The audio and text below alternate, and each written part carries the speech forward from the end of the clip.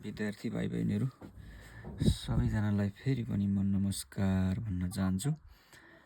आज पनि मैले तिमीहरूको 10 सेटको पेज नम्बर 59 को 10 नम्बरको ए नम्बरमा रहेको समस्या सल्भ गर्न लागिरहेको छु।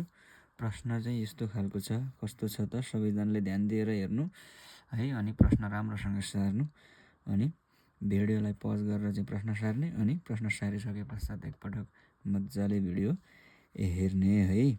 जस्तै प्रश्न कस्तो छ, पेज नम्बर 59 को 10 नम्बरको एमा ए क्युब प्लस 1 अपनमा A square minus A plus 1 छ, अनि plus A square minus 1 sorry A square होइन ए क्युब है, A cube minus 1 divide A square plus A plus 1 छ। यो खालको प्रश्न छ। यसलाई चाहिँ हामीले पोहोरको साल नै लुम्बिनी प्रदेशमा सोधेको क्वेसन भनेर चाहिँ बुझ्नुपर्छ हामीले होइन। यो 2 मार्क्समा सोधेको क्वेसन हो। यसलाई चाहिँ कसरी सल्भ गर्ने त भन्ने विषयतिर हामी अगाडि बढौँ है। ल, फर्स्ट अफ अल हामीले अब यो दुईटै पदका हरहरू हेर्दाखेरि चाहिँ फरक देखिन्छन्।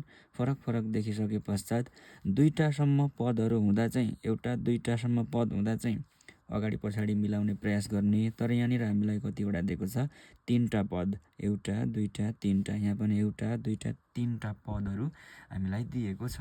यस्तो अर्थमा चाहिँ हामीले के बुझ्नुपर्छ त, यो दुईटै फरक भइसकेपछि हामीले दुईटैलाई के लिन्छौँ, एलसिएम लिन्छौँ।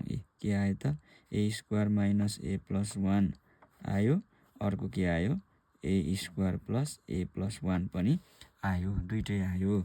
अब यति गरिसके पश्चात अब हामीले के गर्छौँ त, हामीलाई थाहा छँदैछ होइन, एलसिएम लिइसके पछाडि माथि भनेको चाहिँ ए क्युब प्लस 1 जस्ताको तस्तै सार्ने, अनि यो दुईटै हरलाई, यो हरमा भएका यो चिजलाई यतिले माथिको चाहिँ यो हरले के गर्छौँ, भाग गर्छौँ। भाग गर्दाखेरि के काटिन्छ, यो र यो काटिन्छ, अथवा हामीले रफमा पनि हेर्न सक्छौँ यसरी। जस्तै यो हर भनेको कति छ त, ए स्क्वायर माइनस ए प्लस 1, अनि अर्को ए स्क्वायर प्लस ए प्लस 1 छ। यतिलाई कतिले भाग गर्ने रे, कतिले भाग गर्ने, ए square minus A plus 1ले, A square minus A plus 1ले। भनेपछि यो माइनसवाला चाहिँ के भयो त, काट्यो, अनि बाँकी के रह्यो, प्लसवाला। त्यो प्लसवालालाई हामी क्या लेख्छौँ, यहाँनिर यसरी लेख्छौँ। फेरि यो बिचमा के छ, प्लस छँदैछ, यो ए क्युब माइनस 1 पनि छँदैछ।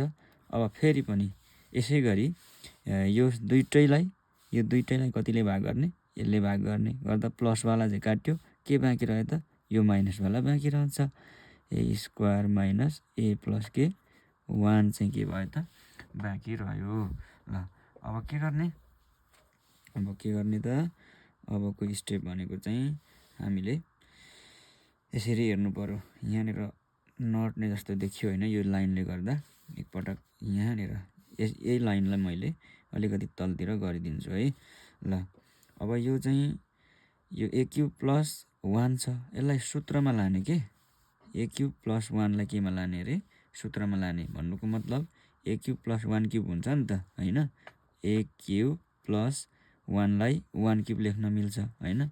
यसको सूत्र के हुन्छ त, अथवा यो भन्नुको मतलब चाहिँ के हो, ए क्युब प्लस बी क्युबको सूत्र के हुन्छ भन्न खोजेको के, A plus B A square minus AB plus के हुन्छ, बी स्क्वायर हुन्छ होइन।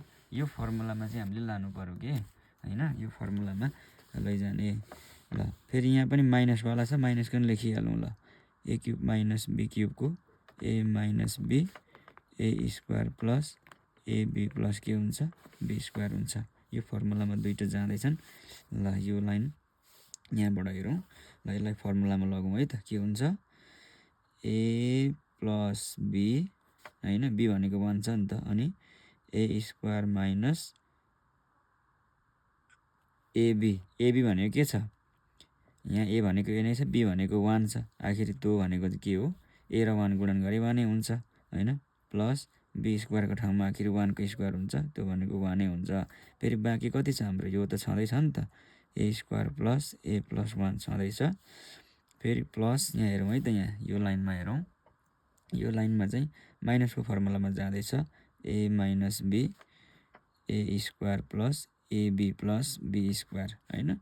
किन ए मात्रै लेखेको भन्दा यो एबी भनेको एबी भनेको ए र 1 गुणन गर्ने हो नि त, यो अर्थमा यति भयो। बी स्क्वायर पनि हामीले बुझिहाल्यौँ होला। र बाँकी यो के, ए स्क्वायर माइनस ए प्लस 1लाई पनि लेखिदिने, अनि अपनमा जति छ त्यति लेखिदिने। अपनमा कति छ, ए square minus A plus 1 A square plus A plus 1।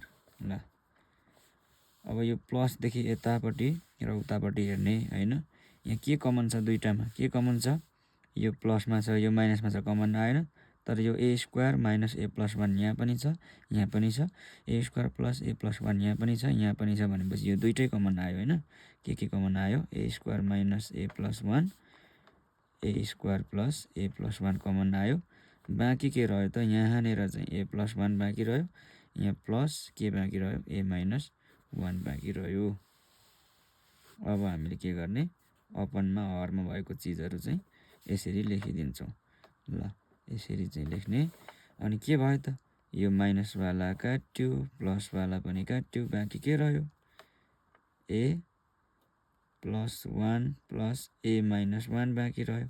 यो 1 पनि काट्यो होइन, 1 पनि काट्यो। भरे हाम्रो चाहिँ बाँकी के रह्यो त भन्दा ए र एमा ए जोड्दा कतिवटा ए, दुईवटा ए। ल यति गरेपछि हाम्रो के भयो त, एन्सर आयो। यति गरे पछाडि चाहिँ के भयो त, हाम्रो फाइनल उत्तर आयो। यसलाई राम्रोसँग एकपटक सबैजनाले हेर्ने होइन, अनि आफ्नो चाहिँ उत्तर पुस्तिकामा अथवा कापीमा मजाले बुझ्ने गरी सार्ने र एकपटक फेरि ट्राई गर्ने। र यो फर्मुलाहरू पनि यसमा चाहिँ हामीले याद गर्नु पर्यो है। फर्मुलाहरू याद गरेन भने गाह्रो हुन्छ होइन। ल ओके, यसरी चाहिँ यो मैले 10 नम्बरको ए को गरिदिएँ र 10 नम्बरको बीमा हल गर्नुहोस् भनेर 3 मार्क्समा दिएको छ होइन। हल गर्नुहोस् भनेर 3 मार्क्समा दिएको छ। यो चाहिँ म यहाँ थोरै टेक्निक चाहिँ सिकाइदिइराख्छु है। जस्तै 5 को पावरमा कति छ, एक्स छ, प्लस 1/5 को पावरमा कति छ, एक्स छ, अनि 5 पूर्णाङ्क 1 का मुनि कति छ, 5 छ। यो त सेम अस्तिकै जस्तो भइगयो नि होइन। 5 को पावरमा एक्स प्लस 1/5 को पावरमा एक्स बराबरी 5 5 25, 25मा 1 जोडे 26, 26 का मुनि कति भयो, 5 भयो। अब के मान्ने त, के मान्ने, मानौँ 5 को पावर एक्स बराबर के मान्ने, ए मानौँ। यसलाई समीकरण 1 मानिराख्दा भयो होइन। र अब चाहिँ के गर्ने त, अब 5x को ठाउँमा कति राख्ने, ए राख्ने, 1 यो 5x को ठाउँमा ए राख्ने बराबरी 26/5 भयो। अब यसलाई चाहिँ लसलिने यताउता गर्ने, क्यालकुलेसन गर्दै लगेपछि चाहिँ अगाडि मैले गरिसकेको छु यो खालको हिसाब। यसलाई चाहिँ एकपटक के गर्ने त, मजाले ट्राई गर्ने है। मजाले चाहिँ ट्राई गरेर के गर्ने त, ट्राई गर्ने, अनि पटक पटक अभ्यास गरे पश्चात चाहिँ हाम्रो के हुन्छ, राम्रो हुन्छ होइन। ल यसरी चाहिँ यसलाई आफैले ट्राई गर्नु होला। यो उत्तर चाहिँ यसको -1 र 1 आउँछ अथवा 1 र -1 आउँछ। यो ट्राई गरेर आफूले चाहिँ कापीमा गरिसके पश्चात फोटो खिच्ने, उत्तर पुस्तिका अथवा आफ्नो उत्तरलाई फोटो खिचेर ग्रुपमा हाल्ने, त्यहाँनिर चेक चाहिँ गरिदिउँला है त। यो अगाडि गरिसकेको कारणले गर्दा यो खालका समस्याहरू चाहिँ आफैले गर्नु पर्यो होइन। अब के गर्ने, यहाँनिर चाहिँ अब लसलिसके पश्चात एउटा चाहिँ इक्वेसनको रूपमा आउँछ। त्यो इक्वेसनलाई के गर्नु पर्यो त, फेरि हामीले खण्डीकरण गर्ने होइन। खण्डीकरण गरिसके पश्चात दुईवटा मानहरू आउँछन्। त्यो दुईवटा मानलाई हामी कहाँ राख्छौँ, समीकरण 1 मा राख्छौँ। समीकरण 1 बाट चाहिँ के आउँछ त, ती मानहरू आउँछ भन्ने कुरा हामीलाई थाहा छ। यसलाई पनि के गर्ने, ट्राई गर्ने। Okay, thank you.